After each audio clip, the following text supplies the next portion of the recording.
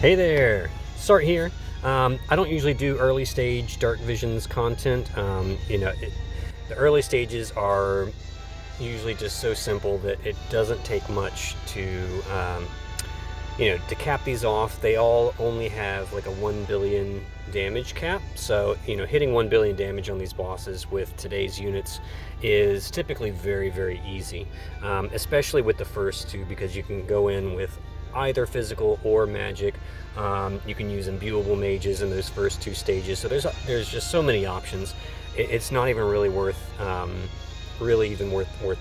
showing those early stages or showing strategies, because it's fairly simple to do.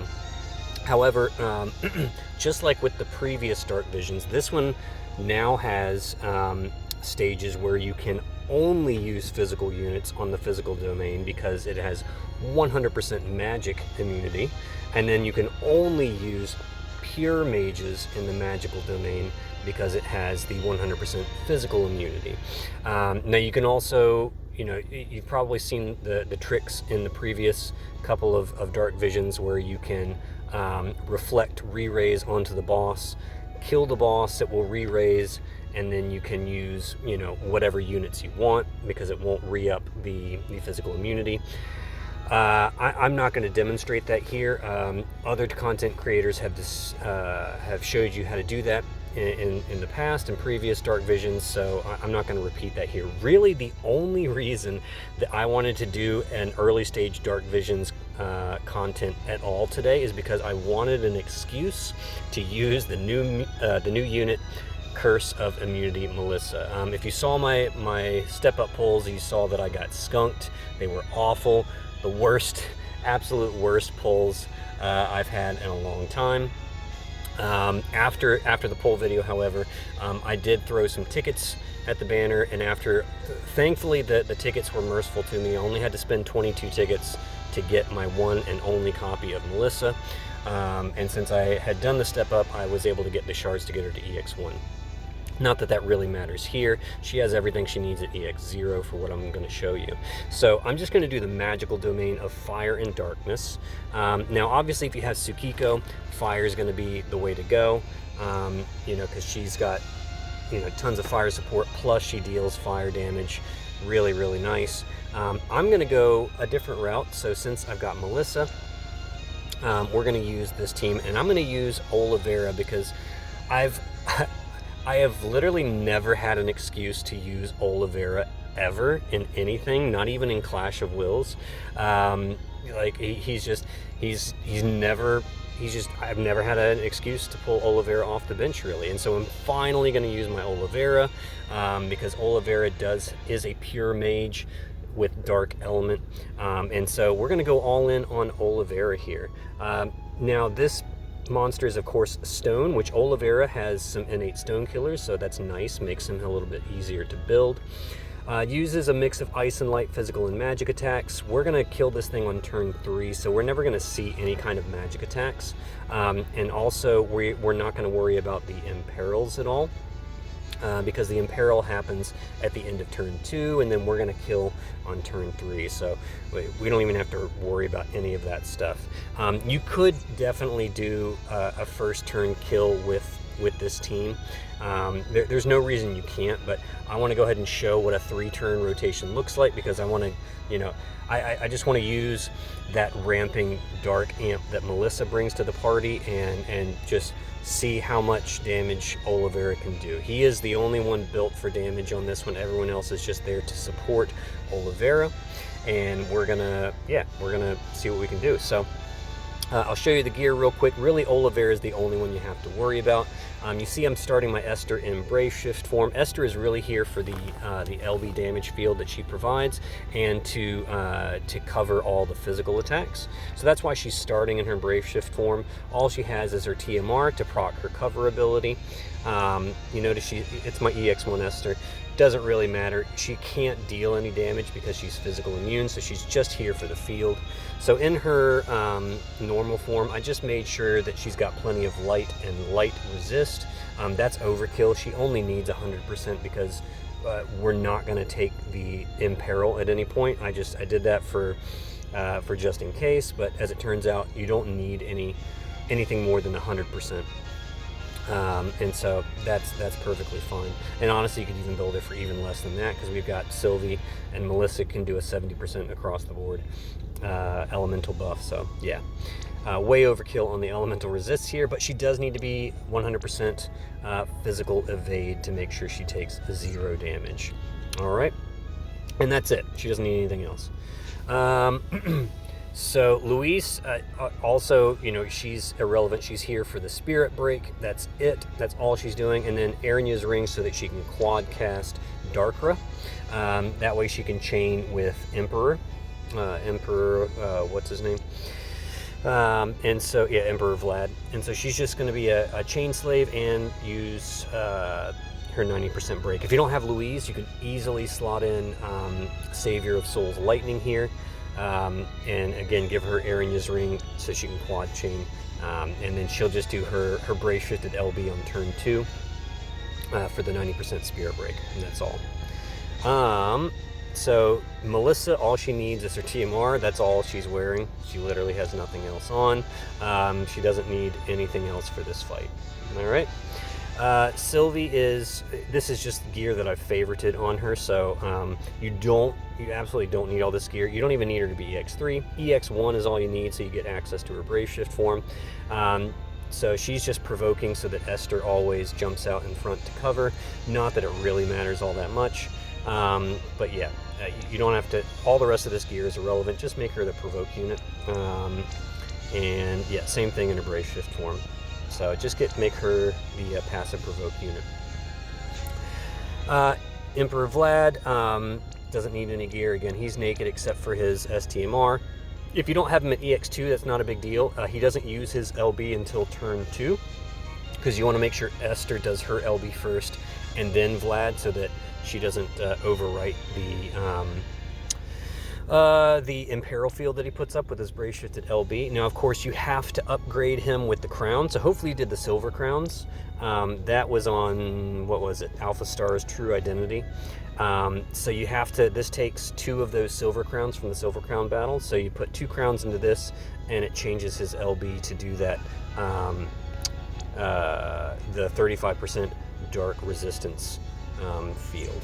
So, and that's dark Imperil field. So make sure you've done that to your Vlad. Again, it's not necessary. I'm just throwing all these units in here to sort of get the most out of Olivera and see what I can do. But it's absolutely not required. Vlad is not required here. You don't need the Imperil field, because this is it's still an early stage. So this thing is very, very weak, and you only need to do 1 billion damage. So Olivera, we're using his Brave Shifted form for the MP, the MP skill, and for the tag chaining. And so we've just given him as much MP as we can with his own STMR, and I literally just put MP in the gear, and this is all the high MP gear that I have in my inventory. Some of it's limited. I think like Feathered Headdress is limited. Sephiroth's Boots, obviously from the Kingdom Hearts event. Bouquet of Pink Roses, I believe, is limited, or is that? Yeah, I think that's limited as well. But you know, use whatever you have to give him some MP. Finished off the Stone Killers with the Stone Eater Sense Stone Killer Plus. Make sure you've got his Peak Crescendo, which is his intrinsic ability, and that gives him.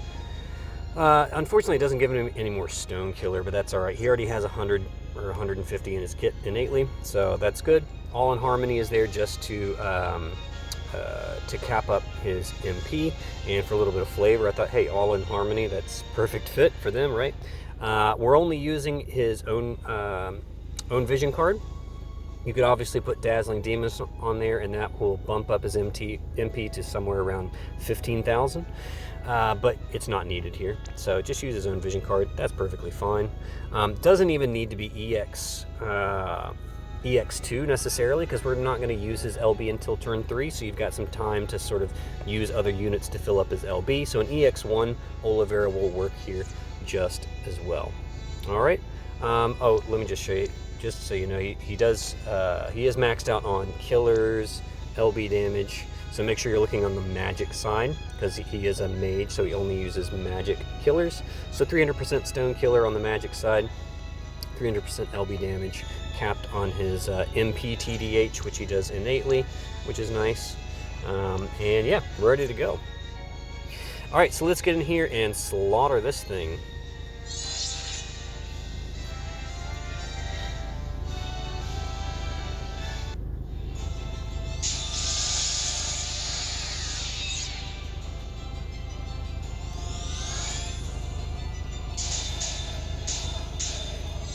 Alright, so turn 1, Esther's just going to shift out of Brave Shift because she's got her cover procced automatically. We'll do Energizing, Bolting Slice, Calm Before the Storm, just so she has a full LB gauge so that she can do her LB for the field next turn. Sylvie will, on this turn, she doesn't, honestly, she doesn't really need to do much of anything on this turn. We'll just do, just for fun, Burgeoning Defense, Paladin's Offense, Paladin's Defense, I guess. Why not? If you needed to like fill up some LB gauges or something, you could have her in shift form and just have her do like triple Paladin Strike or something. Luis and Vlad are both going to just guard on this turn. Olivera will do Inspired Finale for the Imperil, Dark Imperil and the buffs and everything. Concerto Grosso, which does the, this imbues an ally with this skill, which is a pure magic Dark Elemental Bolting Strike chain, and then also gives that ally, ally, if it will show you, a quad cast for that specific ability, so they can cast that ability 4 times. That way he can chain with Luis, who's going to be quad casting Darkra. So we'll give that to Emperor, and then we'll just do double rehearsal session. We don't want to hit the boss because we could honestly kill it if we did Symphonic Harmony, and we don't want to do that. So we'll just do double rehearsal session. Alright, Melissa's going to go ahead. First things first, we got to start that dark, ramping Dark Amp with Abyssal Blessing. And then we'll just do, I'll do like Chronic Flow, I guess, and Shared Immunity.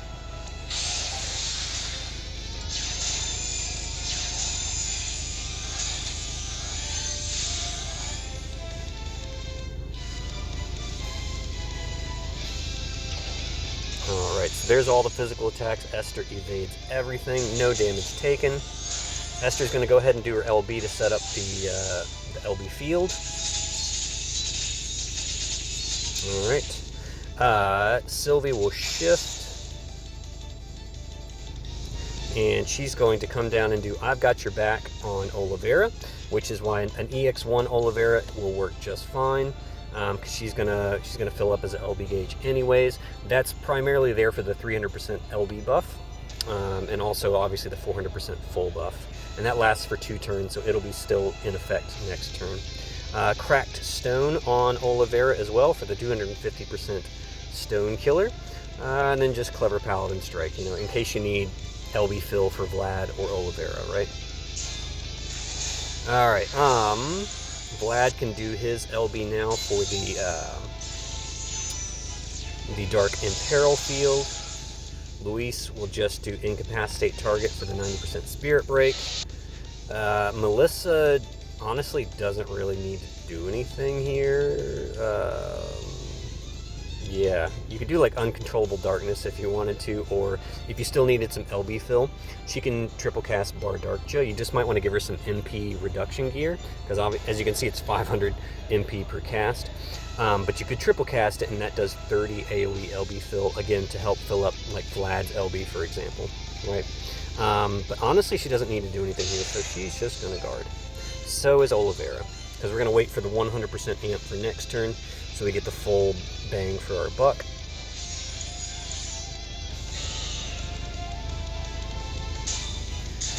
There we go.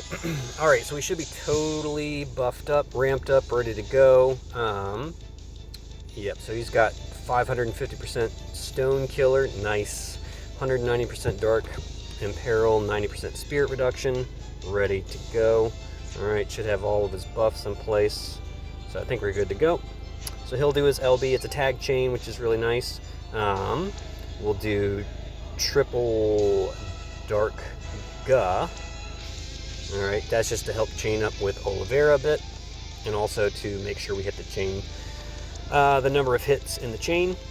So Emperor will do the quad Remarkable Composition. Luis does quad Dark Ra for quad Bolting Strike.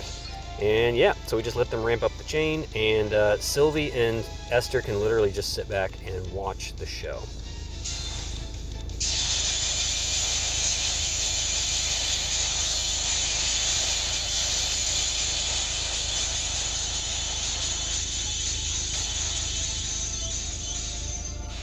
All right, let's see how we did. Nice, 6 bill, yeah, so, you know, 5 billion over the damage cap. So I think it's safe to say that your units do not have to be as strong to get this one done. Like I said, it is still technically an early stage, but there you go. Yeah, perfect score on that. Olivera carrying the fight, doing all the damage as expected. All right, so you know, a lot of people will probably take Tsukiko. You could probably even get away with bringing like Terra into this and having her drop her brave shifted LB as a nuke, fire nuke on this one. So there are a lot of different options for this one, and it's fairly weak. But I just wanted an excuse to use Melissa. Like I said, the rest of them are all fairly simple. I'll show you the basic team that I use to clear all the other stages by doing the physical domain here. I think this one was what, lightning. So I'll show you real quick. I'll just skip over to my lightning team that I used. I'm just going to do this battle. I'm not going to do the other early stages because I literally used the exact same team for all of the early stages, even going off element. I didn't even bother gearing for killers. Like, none of this, you know, all my units are overpowered on this one. So, you know, do what you need to do. This is just a quick first turn kill strategy using the following units. I'm not even going to bother showing you the gear because I didn't even bother gearing them. It's literally just like, you know, whatever gear they had from the last fight. Didn't bother gearing them, and we still got way over the damage cap. So I'll show you real quick how to FTKO all the other stages with this team.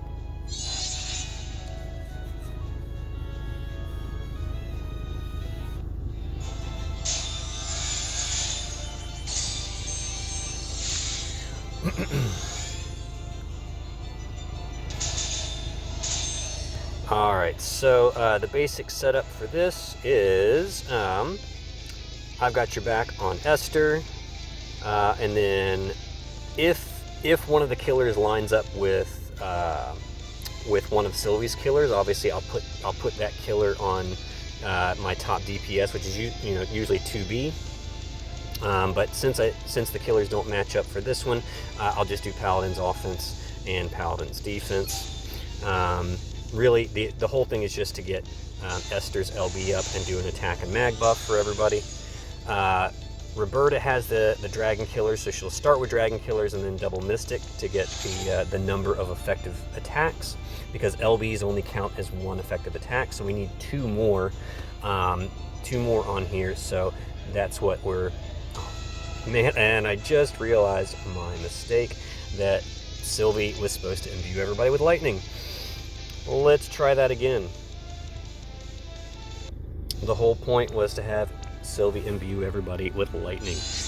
Let's do that one more time.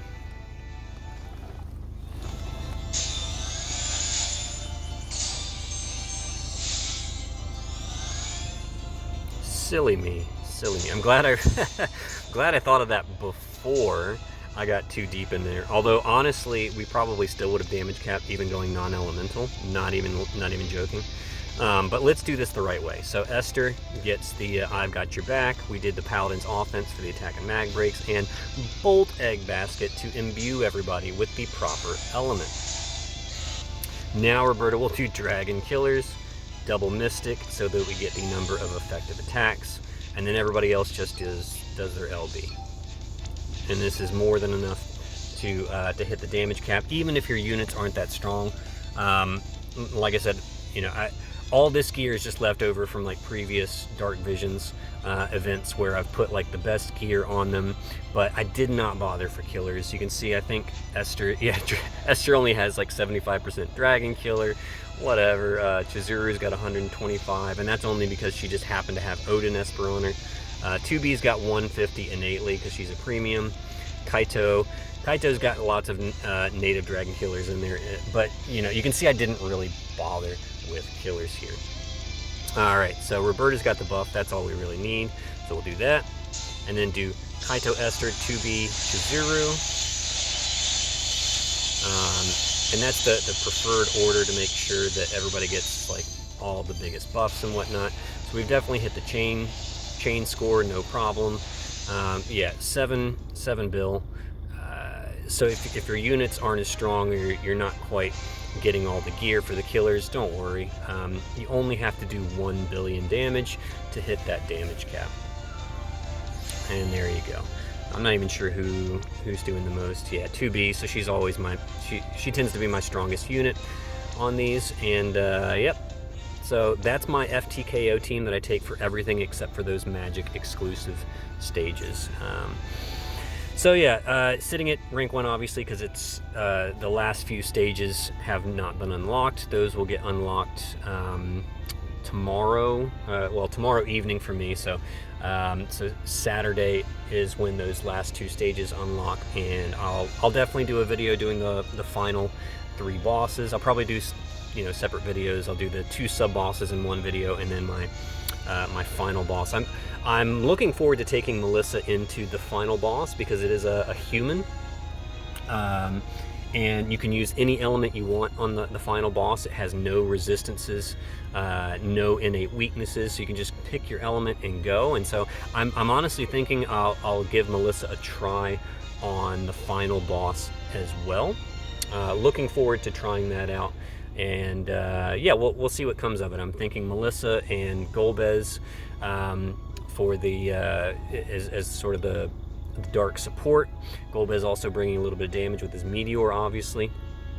And then yeah, sort of build the team around that. We'll see how that goes. That might not necessarily be my best team for this particular Dark Visions, but that's what I'm going to start with, and we'll see where it goes from there. So thank you guys so much for following me, and look forward to more content this weekend when those last few stages open up, and I will see you on the other side.